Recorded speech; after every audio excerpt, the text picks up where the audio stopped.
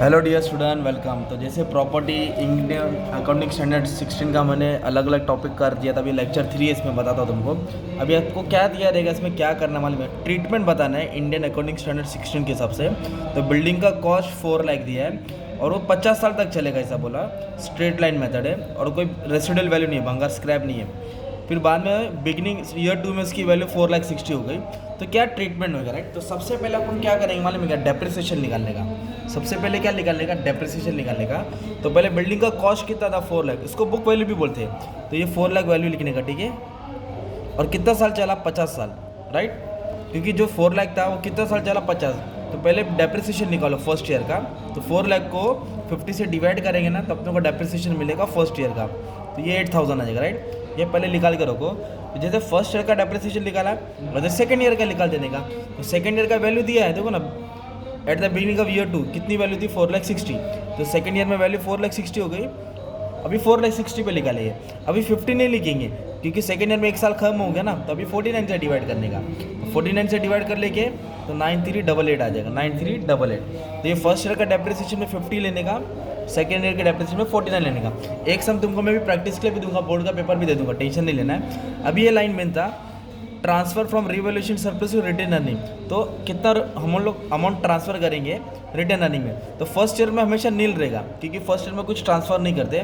और second year में क्या ट्रांसफ़र करेंगे? इसको इससे जो माइनस करके आता ना वो डालेंगे। मतलब 9388 में से 8,000 क्या करेंगे हम लोग? डिडक्ट करेंगे। तो जो बैलेंस रहता है वो सेकेंड ईयर में क्या होगा? ट्रांसफ़र रहेगा।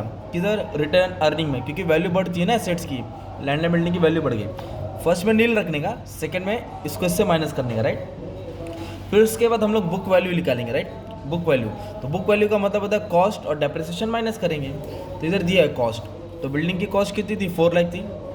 अभी अपने को उसका बुक वैल्यू देना। तो बिल्डिंग की कॉस्ट कितना था? 4 लाख था स्टार्टिंग वैल्यू, इसको इनिशियल वैल्यू भी बोलते हैं। फिर फर्स्ट ईयर का डेप्रिसिएशन माइनस करने का। तो फर्स्ट ईयर का डेप्रिसिएशन कितना था? 8,000 था, राइट। तो 4 लाख में से 8,000 माइनस करेंगे तो बिल्डिंग का कॉस्ट आ जाएगा आपको 3,92,000। इसको बोलेंगे बुक वैल्यू। क्या बोलेंगे? Book value, okay. ये वैल्यू फाइंड करके रखना रहता है।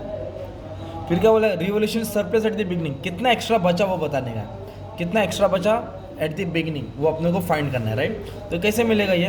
तो revolution surplus at the beginning में क्या करना है? जो सेकेंड ईयर की वैल्यू वो लेना है, दैट इज़ 4,60,000 और माइनस करके कितना है बुक वैल्यू? 3,92,000। मतलब revolution surplus at the beginning 4,60,000 given रहेगा क्वेश्चन में। और माइनस क्या करना है? बुक वैल्यू करना है। क्या करना है? Minus book value. तो सेकेंड ईयर में कितना सरप्लस बच गया? 68,000 एक्स्ट्रा वैल्यू हो गई थी। तो ऐसा क्वेश्चन तुमको ट्रीटमेंट करना है, राइट। तो एग्जाम में तुमको देखो ऐसे 3 लाइन का क्वेश्चन आएगा और उसका 7 मार्क्स रहेगा। तो ये तुम्हारा प्रैक्टिस हो जाएगा। ये बोर्ड पेपर का ही सम है, ठीक है, मेरे घर का पेपर नहीं है, ठीक है। तो बैलेंस शीट ऑफ संगीता दिया है, बिल्डिंग का 8 लाख वैल्यू दिया है, डेप्रिसिएशन ऑफ 50 ईयर्स बोला है, ओरिजिनल कॉस्ट मेथड बोला है, नो रेसिडुअल वैल्यू बोला है, रिवोल्यूशन मॉडल बोला है, बिगिनिंग ईयर 2 में उसकी वैल्यू कितनी होगी? 9,20,000। तो सेम क्वेश्चन है, बस तुमको ये पैटर्न में क्या करना है? सॉल्व कर देना है, राइट। ये पैटर्न में तुमको क्या कर देने का? सिंपली सॉल्व कर देने का था, ठीक है। इस तरह तुम्हारा सम आएगा। और इधर क्या बोला है?